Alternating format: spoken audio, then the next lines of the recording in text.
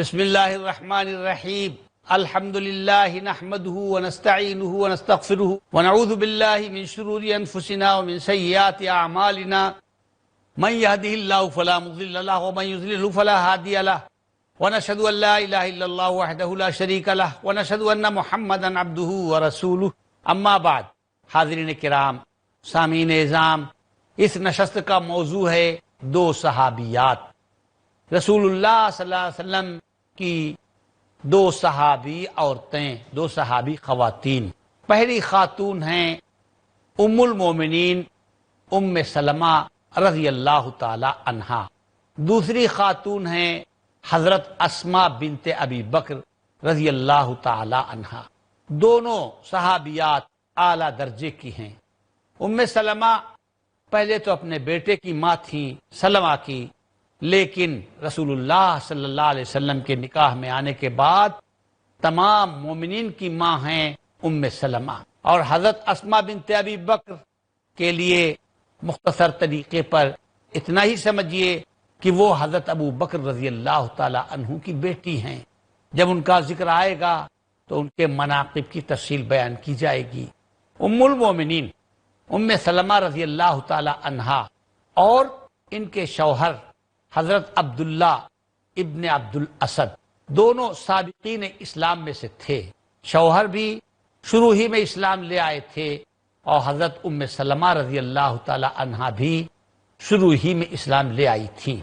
جب کفار مکہ نے بہت ستایا اور عرصہ حیات تنگ کر دیا تو حضرت ام سلمہ رضی اللہ تعالی عنہا کے شوہر نے حبشے کی طرف ہجرت کرنے کا ارادہ کر دیا۔ دونوں میاں بیوی حبشہ ہجرت کر کے چلے گئے۔ حبشہ اگرچہ ہجرت کر کے گئے لیکن مکے کی یاد برابر آتی رہی۔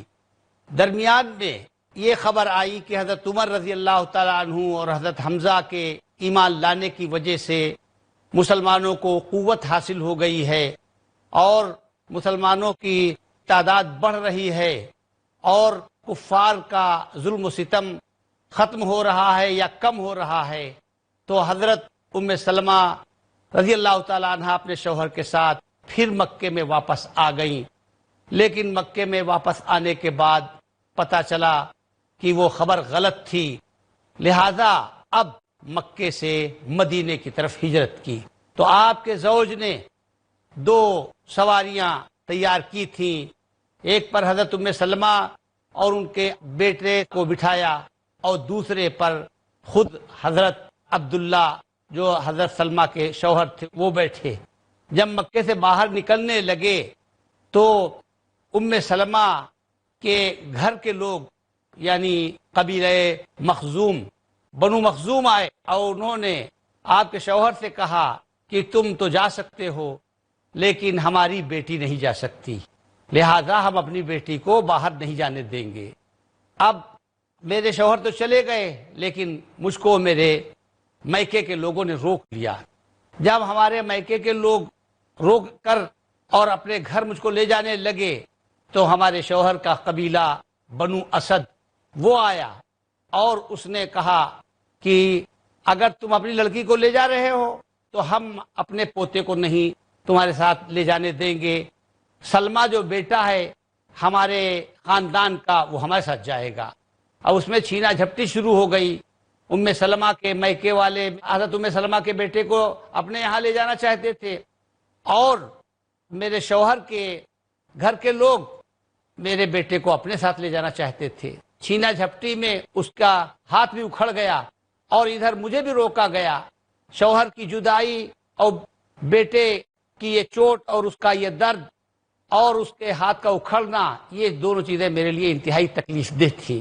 اس کے بعد یہ ہوا کہ میرے میکے کے لوگ مجھ کو لے کے چلے گئے اور ہماری سسرال کے لوگ میرے بیٹے کو لے کے چلے گئے۔ اب مجھ میں اور شوہر میں بھی جدائی ہو گئی اور مجھ میں اور بیٹے میں بھی جدائی ہو گئی۔ تقریباً 6-7 مہینے تک میں اسی جگہ پر آ کر روتی رہی جس جگہ پر میرا شوہر ہجرت کر کے مدینہ گیا تھا اور جس جگہ پر میرا بیٹا مجھ سے جدا ہوا تھا۔ 6 مہینے تک مسلسل میرے رونے کو لوگوں نے دیکھ کر میرے اوپر ترس کھایا اور انہوں نے میرے میکے کے لوگوں کو سمجھایا کہ اس عورت کے اوپر اتنا جبر اور اتنی زیادتی نہ کرو۔ چنانچہ وہ لوگ تیار ہو گئے کہ بھائی اگر یہ ہماری بیٹی ہجرت کرنا چاہتی ہے تو اس کو ہجرت کی اجازت ہے۔ اس کے بعد پھر میرے سسرال کے لوگوں کو سمجھایا گیا کہ لڑکے کو ماں سے جدا کرنا ٹھیک نہیں ہے، تو پھر انہوں نے بھی لڑکے کو ساتھ لے جانے کی اجازت دے دی، اور میں نے اونٹ کے اوپر اپنے لڑکے کو لے کر تنہا سفر کیا۔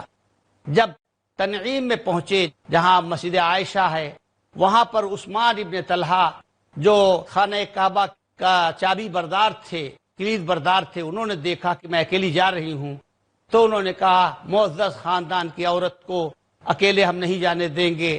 چنانچہ انہوں نے میرے اونٹ کی نکیل پکڑی اور مجھے اتنا لمبا سفر مدینہ منورہ تک کا کرایا۔ راستے کے اندر جب ضرورت ہوتی تھی تو مجھے اتار دیتے تھے، اور کسی ببول کے سائے میں آرام کرتی تھی، اور وہ دور کسی دوسرے ببول کے سائے میں جاتے تھے۔ بہرحال جب میں قباء میں پہنچی تو اس کے بعد عثمان بن طلحہ مجھ سے جدا ہوئے اور مکے کو واپس آئے۔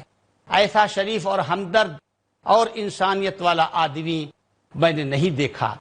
بہرحال اب حضرت ام سلمہ اور حضرت ام سلمہ کے شوہر اور ان کے بیٹے ایک جگہ ہو گئے۔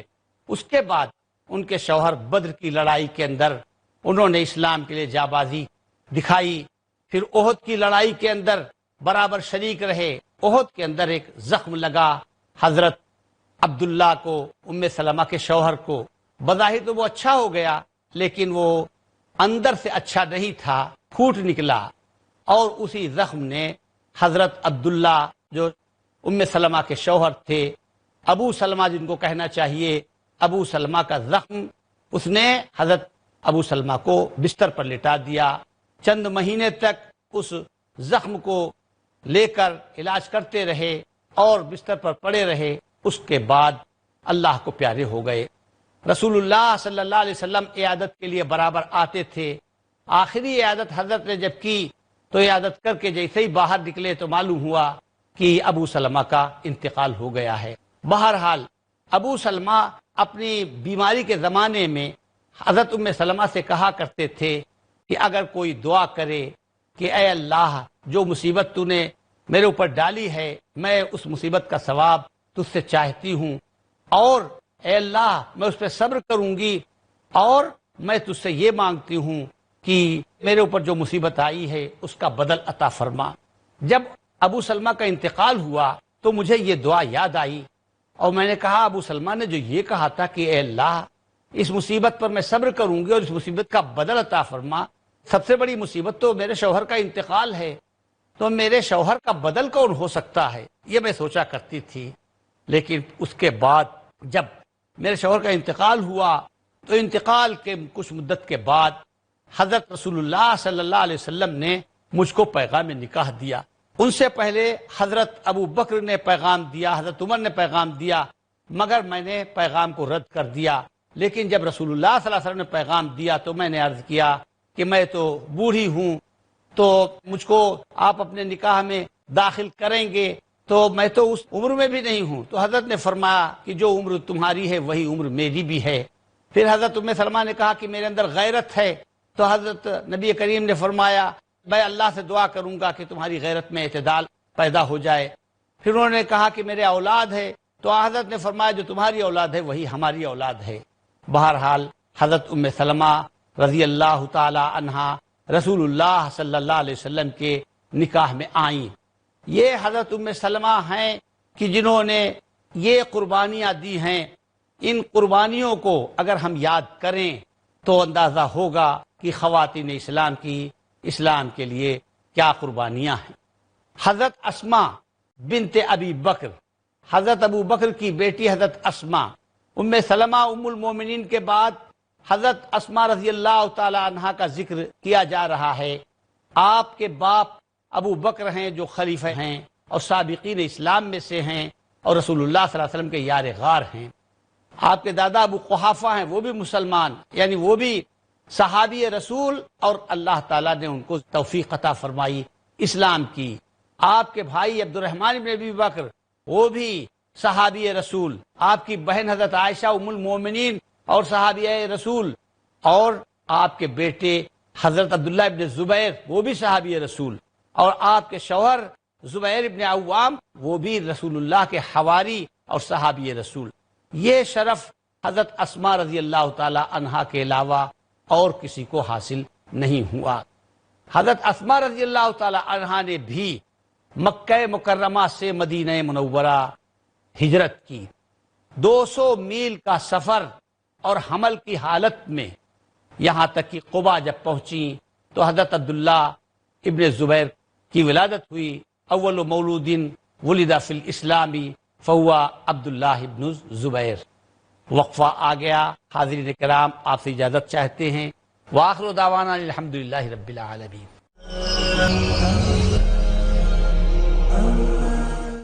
حاضرین، وقفے کے بعد آپ کی خدمت میں حاضر ہیں حضرت اسماء بنت ابی بکر رضی اللہ تعالی عنہا قباء میں پہنچی۔ حضرت عبداللہ ابن زبیر کی پیدائش ہوئی۔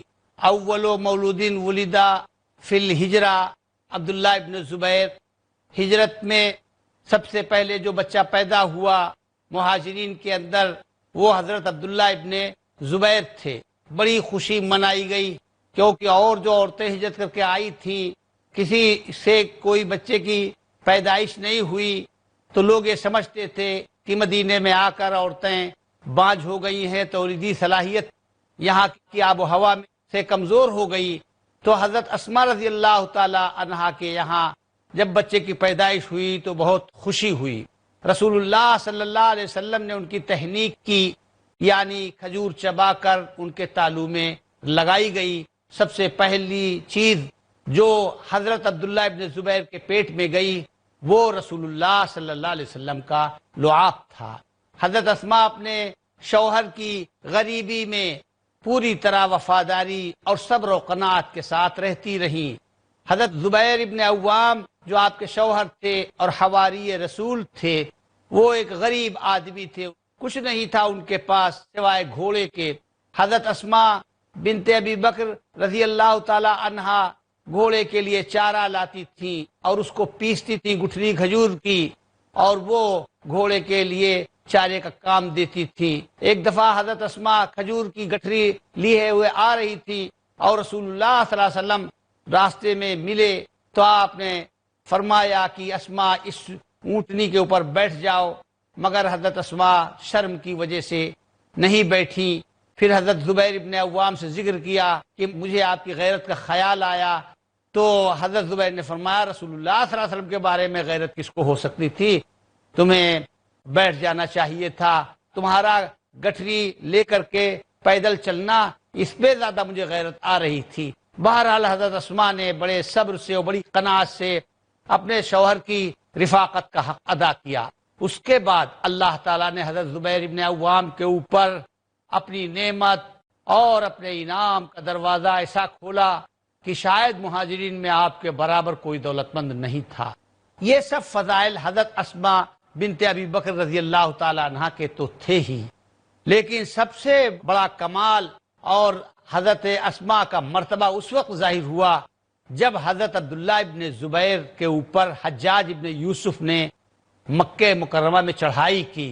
حضرت عبداللہ ابن زبیر کے ہاتھ کے اوپر مکے کے لوگ، مدینے کے لوگ اور مصر کے لوگ اور خراسان کے لوگ اور نہ جانے کتنی جگہوں کے لوگ حضرت عبداللہ ابن زبیر کے ہاتھ پہ بیعت ہو گئے تھے، اور ادھر عبد الملک ابن مروان نے بھی اپنے ہاتھ پہ بیعت کی۔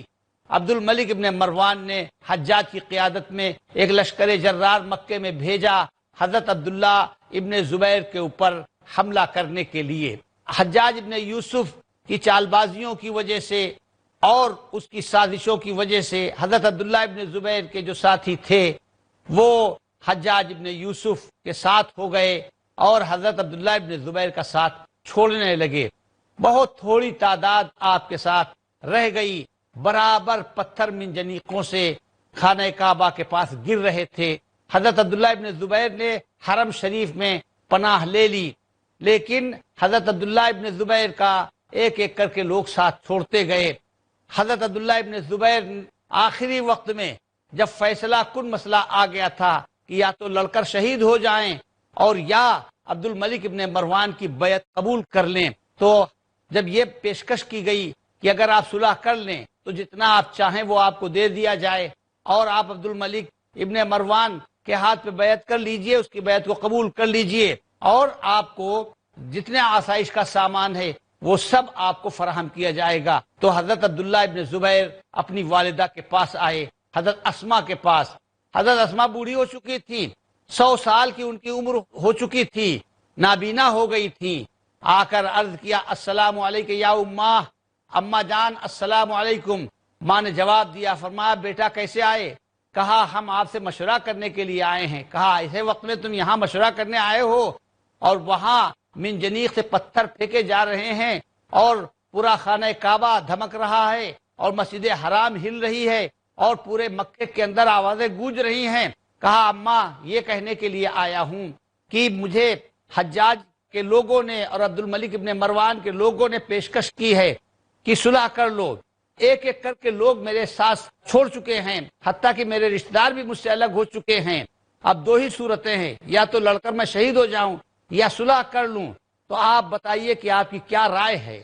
اب آپ غور فرمائیے، یہاں سے حضرت اسما کا مرتبہ اور حضرت اسما کی فضیلت اور ان کا کمال ظاہر ہوتا ہے۔ اگر یورپ میں اس طرح کی کوئی عورت ہوتی جس نے اتنی جواں مردی اور اتنی ہمت اور اتنے ایمان کا کارنامہ انجام دیا ہوتا تو کتابیں چھپ جاتی اور لائبریری کا ایک خانہ اس کے فضائل سے بھر دیا جاتا۔ حضرت اسما نے وہ کام کیا کہ پوری تاریخ قوموں کی خواتین کے ان کارناموں سے خالی ہے۔ حضرت اسما نے 100 سال کی عمر اور نابینا ہو چکی ہیں، اور عمر کی آخری سانسیں لے رہی ہیں، اور لڑکے کے اوپر جنگ کا وقت پڑا ہوا ہے، لڑکے کی موت و حیات کا فیصلہ کرنا ہے۔ اور آپ دیکھیے کہ اس مومن خاتون نے کیا فیصلہ کیا۔ حضرت اسما نے کہا کہ بیٹا تم مجھ سے کیا چاہتے ہو، تم خود سمجھو کہ تم کو کیا فیصلہ کرنا ہے۔ کہا نہیں اماں، ہم آپ سے مشورہ لینے آئے ہیں کہ ہم صلح کریں یا لڑیں۔ حضرت اسما رضی اللہ تعالیٰ عنہ نے کہا کہ بیٹا جو تمہارے جھنڈے کے نیچے اور تمہارے ساتھ شہید ہو چکے ہیں تو ان کو کیا جواب دو گے اللہ کے یہاں؟ اگر تم سمجھتے ہو کہ تم حق پر ہو اور حق کے لیے لڑائی لڑی ہے تو پھر تم حق ہی پر قائم رہو، تاکہ ان لوگوں کے سامنے سرخرو رہو جو تمہارے جھنڈے کے نیچے لڑ کر شہید ہوئے ہیں۔ اور اگر تم باطل پر ہو تو تم نے بہت غلط کام کیا کہ باطل کے اوپر خود بھی ہو اور دوسرے لوگوں کو بھی باطل کے جھنڈے کے نیچے ان کو موت دلائی اور ان کو موت کے گھاٹ اتارا۔ ایسا تو حضرت عبداللہ ابن زبیر نے کہا کہ اماں ہم تو حق پر ہیں۔ تو فرمایا کہ جس طرح تیرے ساتھی حق کے لیے لڑ کر شہید ہوئے اسی طرح تو بھی لڑ کر شہید ہو جا۔ اگر تو نے صلح کی تو بنو امیہ خود اس کو کھلونا بنا لیں گے۔ تو کہا اماں مجھے مرنے سے ڈر نہیں ہے، ڈر یہ ہے کہ مرنے کے بعد وہ میرا مسئلہ کریں گے، ناک کان کاٹیں گے۔ حضرت ام سلمہ نے کیا فرمایا؟ کہا کہ جب بکری ذبح ہو جائے تو پھر اس کو کیا پرواہ کہ اس کی کھال اتاری جائے گی یا نہیں اتاری جائے گی۔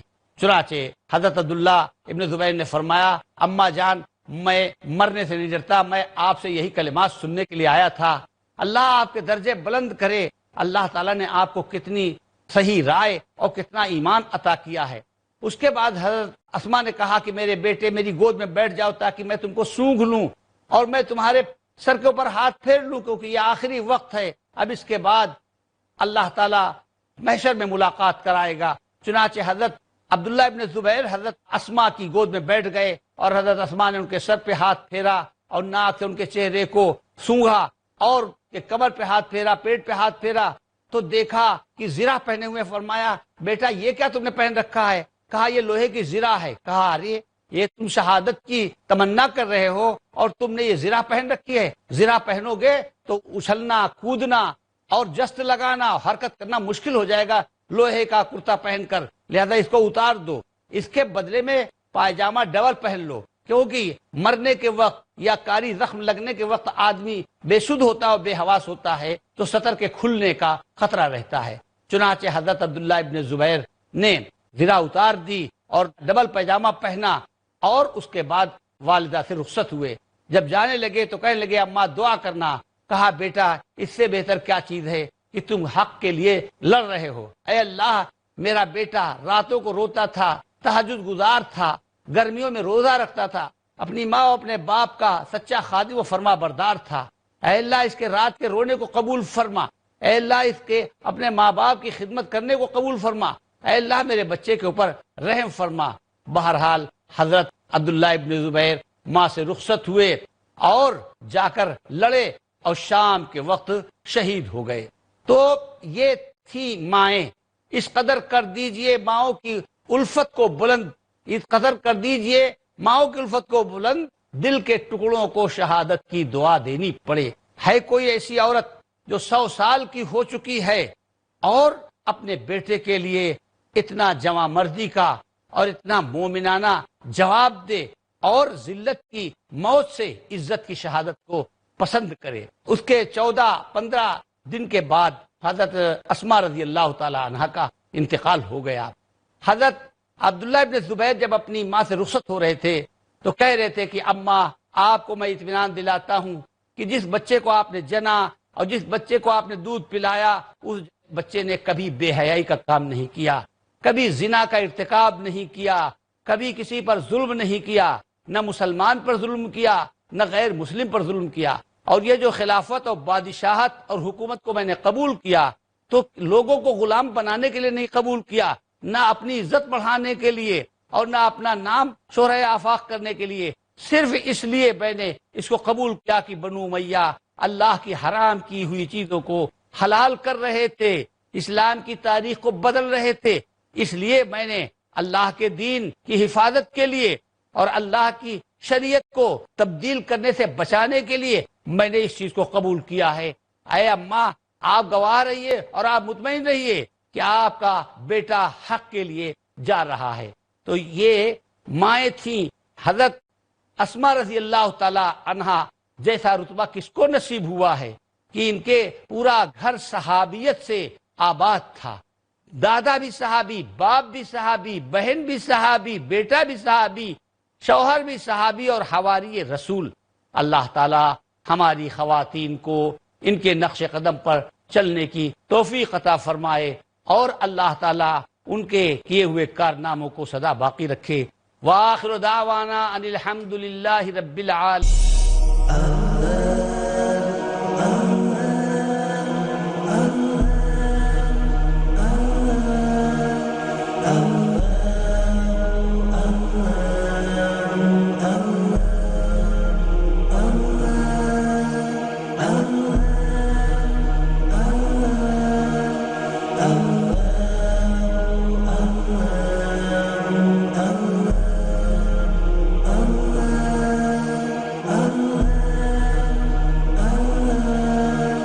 Allah